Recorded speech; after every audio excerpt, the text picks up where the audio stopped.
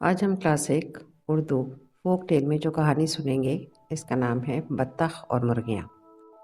एक गांव में एक बत्तख रहती थी, बहुत ही सीधी सादी और बहुत ही भोली भाली। एक दिन नहाने के बाद तालाब से निकली और किनारे पर आकर अपना बदन सुखाने लगी। बदन का पानी झटकने के लिए बेख्याली में पर फड़फड़ाते हुए एक कांटेदार झाड़ी में उलझ गए।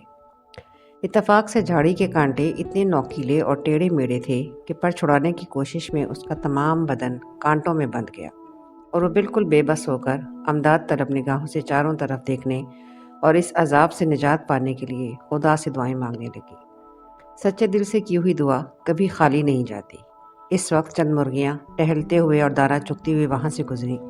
उन्हें देखकर बत्तख का चेहरा उम्मीद की किरण से खिल उठा और उनके करीब आते ही वो उन्हें मुखातिब करते हुए बड़ी आजिज़ी से बोली, बहनों, मैं इस झाड़ी के अजाब में बुरी तरह फंस गई हूँ कि मैं खुद से निकल नहीं सकती। खुदा के लिए मुझे इस अजाब से निकाल दो। इनमें एक सफ़ेद मुर्गी को बत्तख की इस बेचारगी पे बहुत ही तरस आया और वो अपनी तमाम साथियों को इमदाद देने वाली नज़रों से देखने लगी, लेकिन वो तमाम की तमाम मगरूर किस्म की मुर्गियाँ थीं। बत्तख की इल्तिजा सुनकर और सफ़ेद मुर्गी का मतलब समझकर बुरे बुरे मुंह बनाने लगी। जा जा, तू हमारी ज़ात की नहीं तो फिर हमारी बहन कैसे हुई? एक बड़ी हकारत से बोली।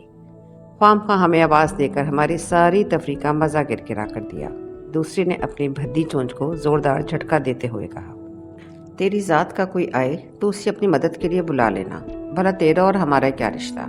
तीसरी ने बड़े नखरे से दीदे मटकाते हुए कहा, अरे इसके साथ बातें करके तुम खुद अपने आप को क्यों खराब कर रही हो? चौथी ने बत्तख से नफरत का इजहार करते हुए अपनी ही साथियों को डांटा, चलो आओ हम अपनी तफरीक करें।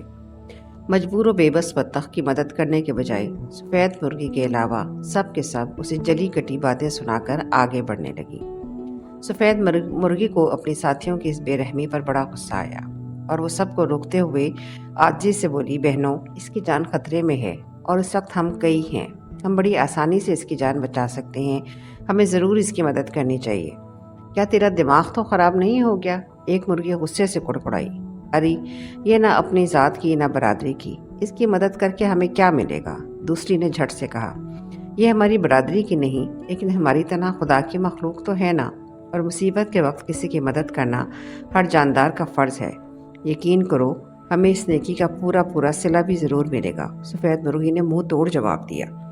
सफ़ेद मुर्गी की खरी खरी बातें सुनकर सबके मुंह बंद हो गए और वो अपनी झेंप मटाने के लिए एक दूसरे से छेड़छाड़ करती हुई आगे चली गई। उन्हें जाता देखकर सफ़ेद मुर्गी के तन बदन में आग लग गई। उसका जी चाहा कि अपनी तमाम साथियों के पर नोच डाले और उन्हें बताए कि तकलीफ़ क्या होती है।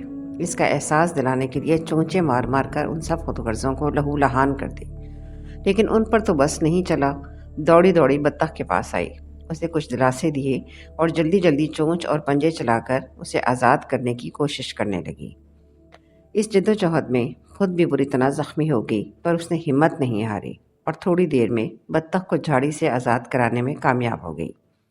खुदा के करम और मुर्गी के खलूस को देखकर बत्तख की आंखें भर आईं। दिल ही दिल में उसने पहले खुदा का शुक्र अदा किया, फिर मुर्गी के एहसान का शुक्रिया अदा करना चाहा तो मुर्गी उसकी बात काटते हुए बड़े प्यार से बोली, बहन, ये मेरा एहसान नहीं, खुदा की मेहरबानी है और इसी ने मेरे ज़रिए तुम्हारी निजात का ज़रिया बनाया। मेरा नहीं, उसका शुक्रिया अदा करो। इसके बाद दोनों अपनी अपनी राह चली गई। कुछ दिनों बाद इसी गांव में सैलाब आ गया और सारे गांव में अफरा तफरी मच गई। दूसरे जानदारों की तरह मुर्गियों में भी भगदड़ मच गई, जिसमें वो सब मगरूर किस्म की मुर्गियाँ और सफ़ेद मुर्गी भी शामिल थी। जान बचाने का कोई रास्ता समझ में नहीं आता था। वो फड़फड़ाती हुई एक दरख्त पर पहुंच गई। थोड़ी देर बाद पानी का धारा और दरख्त के चारों तरफ फैल गया। नन्ही सी जाने हर तरफ पानी ही पानी देखकर घबरा गईं और इस पानी में उन्हें चारों तरफ अपनी मौत नाचती हुई नजर आने लगी, क्योंकि अगर डूबने से बच भी जाती तो दरख्त पर बगैर दाने दुनके के भूख से तड़प तड़प कर मर जाती। तमाम की तमाम खौफ से हलक फाड़ फाड़ कर कड़कड़ाने लगी। इस बेबसी पर सफ़ेद मुर्गी को बत्तख का झाड़ी में फंसने वाला वाक़या याद आ गया और वो खुदा से अपनी और अपनी तमाम साथियों की सलामती की दुआएं मांगने लगी।